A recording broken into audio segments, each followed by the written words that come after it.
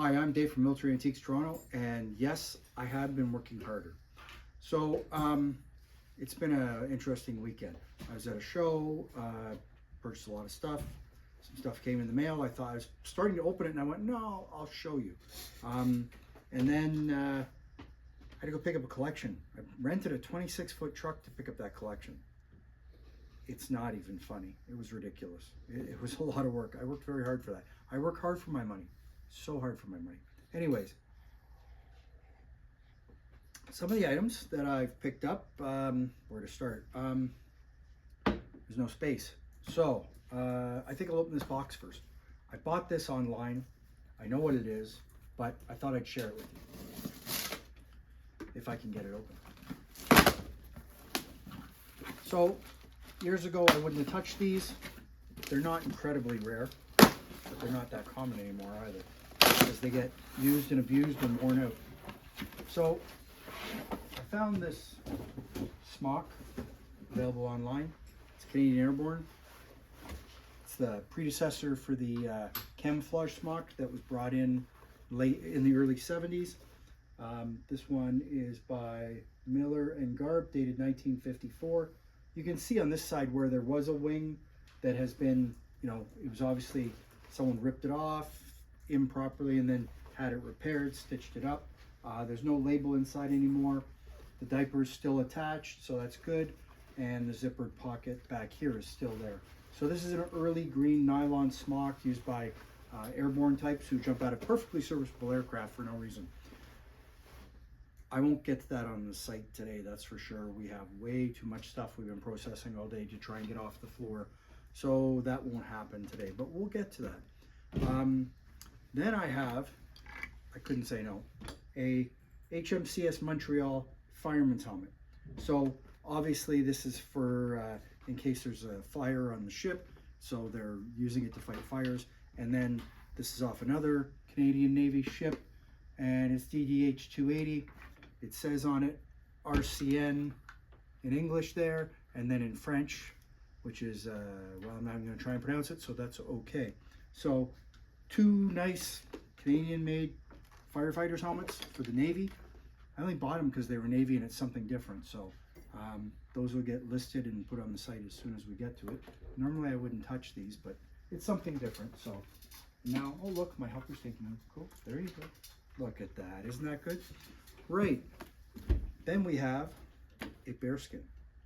So I keep selling them. Every time I buy them, they're gone. Either I'm asking too little, or the goal is to sell the stuff. Let me think.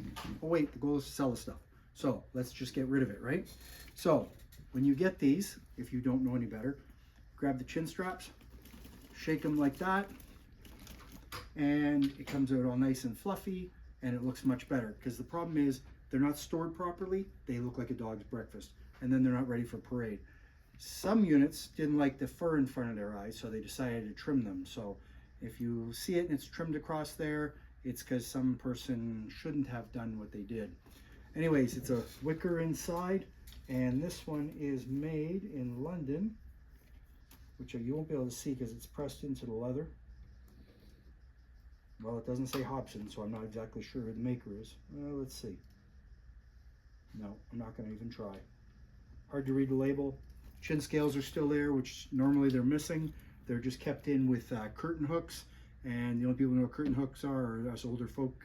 Young kids these days have no clue what a curtain hook is, because they never had to hang the curtains back after their parents washed them. So there you go. This one had a plume on it. I think, I know I still have it. I put it offside. The plume holder area is right there. There's a slot for it, and you can see it's an indent right there where the plume was. So, but you know what? Nice guards bearskin. So there you go. My helper's not helping this time, so that's okay. But it's all good. Another two items I picked up. I was at a friend's house having a nice Montreal smoked meat sandwich. It was excellent, actually, and I'm sure he's going to see this. And thank you very much. Your collection's very nice, and that was very well presented. And hey, I like the sandwich. It was very good. So, World War I, number 5, dated 1916, Birmingham. So obviously it's English. This is the brass cap at the bottom. The spring is in here. Of course, as I go kaboom and play Bugs Bunny, of course now it doesn't want to come out. It's not attached properly. This has to come out and be redone, but it's proper and not a reproduction. So that's all that matters in my little world. Actually, you know what? I'll show you that base plate just so you see it. There, you can see it's dated 1916 in there. C&H Limited, and clearly marked number 5. Unlike the World War II ones, which have a solid base plate at the bottom with 2 holes for priming it. So that'll get listed on the website, hopefully in not too distant future. Then we have a World War I German Kugel grenade. Oh, should I not say that word? Okay. Kugel, yes, there we go. So nothing in it. Yes, I checked these before I started playing with them, because the last thing you want to do is have any problems, right? Nothing in it, just some dust, that's it. Not easy to find these ones. You find the stick ones far more often. These are the early ones. You know what? It's a serious fragmentation piece, that's for sure. No markings on it that I saw. Of course, now I'm going to look again. Oh, and the dog's snoring again. That's pretty funny. Yeah, hard to find. So that'll get listed on the website as soon as possible. Pair of hose, half hose actually. North Nova Scotia Highlanders, if I remember correctly, as per the colors. Not something you find every day. Unusual to find something for the North Novas like that, so I had to say yes, so I bought them.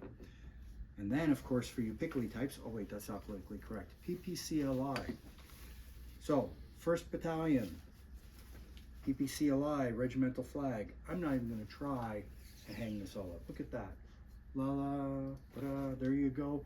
Nylon flag, nothing incredibly rare, but for you people who want to be in picklies, there you go. So there's that. I'll put that away because it doesn't need it. I couldn't say no to this. I liked it, so I bought it. Came out of a museum. Motor Transport, RHLI, 2nd Div. Nice piece. You can see his overseas stripes there. You can see that this has been sewn on there forever, nicely sucked into the material. And Motor Transport with 2 good conduct stripes. Unfortunately, it's not named. It is dated 43, and you know, I didn't check under there. I should have done that to see if there is a name, but I don't believe there is a name. I did check that. Pretty sure I did. No, no name. I wish it was. It's the way you get it. 99% of them you get are not named. Sometimes they're attributed. You get some paperwork with it. I had a great group with, I don't know, about 2 feet of paperwork, all original paperwork. It wasn't even funny. The guy kept everything. I sold it. I probably shouldn't have. I should have kept it, but whatever. I have bills to pay too, right? So that'll go in my cupboard. So you won't see that on the website, so don't hold your breath. This is cool. EME Sergeant, again, British made titles. They've been on there forever. Good overseas stripes there. And I don't think there's a name in this, if I remember correctly. This one's dated 43. I think there was a number. There is a number on the inside here, but I'm not overly concerned about it. He's modified it in 44, as you can see by the stitching here, to open collar, 44, 45, when they were authorized to do such a thing. It's got some moth nips on it, but you know what? It's 2nd Div, RCME. Everyone goes, ooh, I want an armored one, or I want an infantry one, well, or an airborne one. You know what? You get what you get with this stuff, and the rear echelon guys were working just as hard as some of the frontline guys in some cases, sometimes harder. But you know what? Whatever. Everyone wants 3rd Div because that's D-Day, but I'd rather have Italian campaign, truthfully, because it's ignored more often. But whatever. So I forgot I do have another box to open. So this walked in the door just before I went on my road trip to buy too much stuff that we're still trying to clear off the floor today. A nice early German officer's sword with a nice blade, which hopefully you can catch that. But what's most important on this is this one piece on the langet right there. Of course, my paper's coming off, so let's hope I can keep this in the center. So that's nice because you don't normally find this pattern. This is a nice early, made by WKC. Unfortunately, some thread is loose here, but you know what? You pick up stuff unless it's been messed with, and this hasn't. So that's a very nice sword. I got to get that on the website. We haven't pictured it yet. I took it to the show and No one looked at it. They were looking at all the antique firearms and other swords and stuff, and they bought all that, but no one was looking at that. But all right, whatever, doesn't matter. It's all good. Sell it. So there's that. And then I had this gentleman contact me and offer me this, and I said, yep. I made him a more than fair offer. And he wanted to know, eventually he got back to me and said, okay, well, how do you want to do this?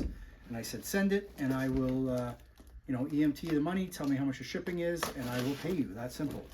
So I started to open this, not realizing who it was, and then went, oh, I'll put this on the video because I totally forgot. So let's see if I can get this all open without destroying my everything.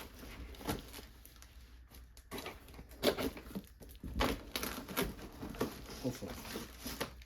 I better move my coffee. Don't want to spill my coffee. Most important thing.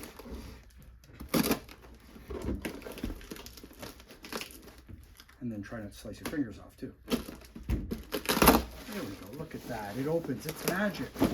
It's magic. All right.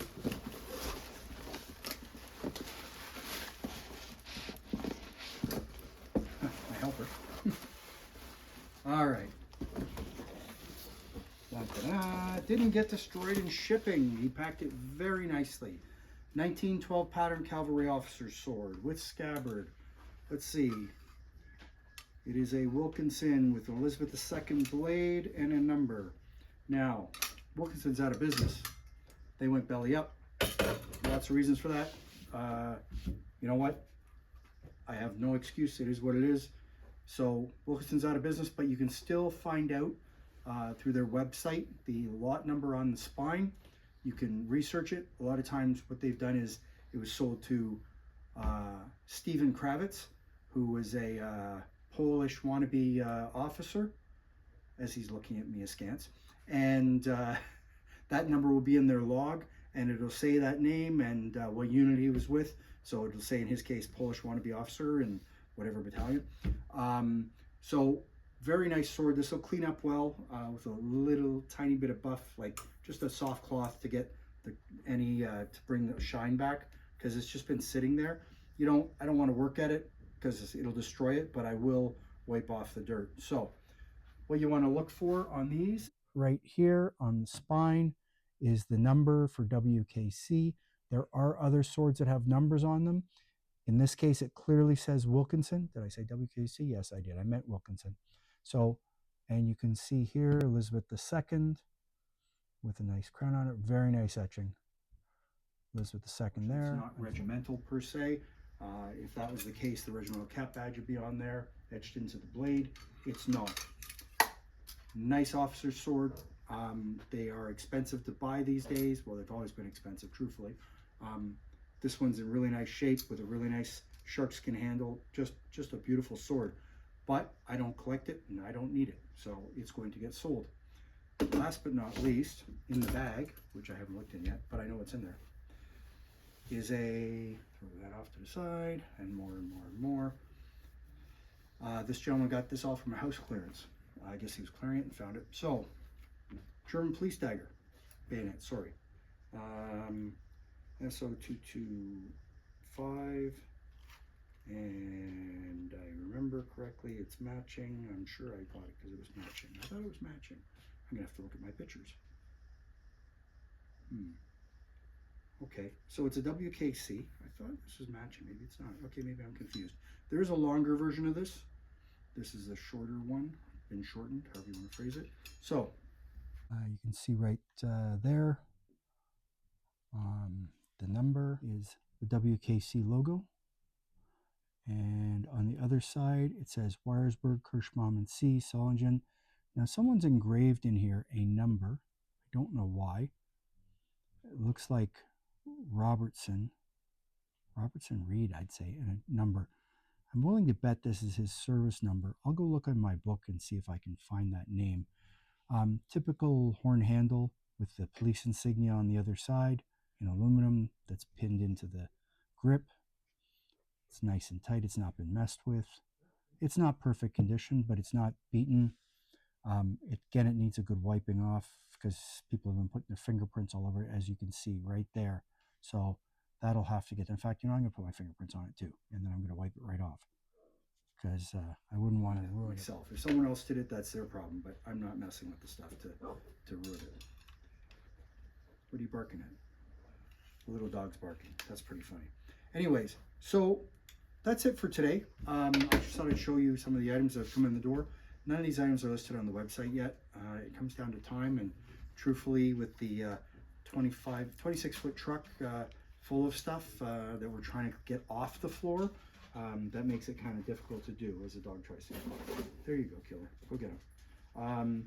So we'll get that stuff listed as soon as we can, and along with everything else. So it's kind of strange the amount of stuff that walks in the door and people collect. Anyways, thanks for looking. Follow me on YouTube, Facebook, Instagram. Check out my website, militaryAntiquesToronto.com. It's always cheaper on the website. Stop buying on eBay for those who aren't listening. And the Facebook group is The Real Military Antiques Toronto. Follow me. Check it out. We're posting stuff all the time. All right? Thanks for looking. Hope you have a good day. Take care. Bye.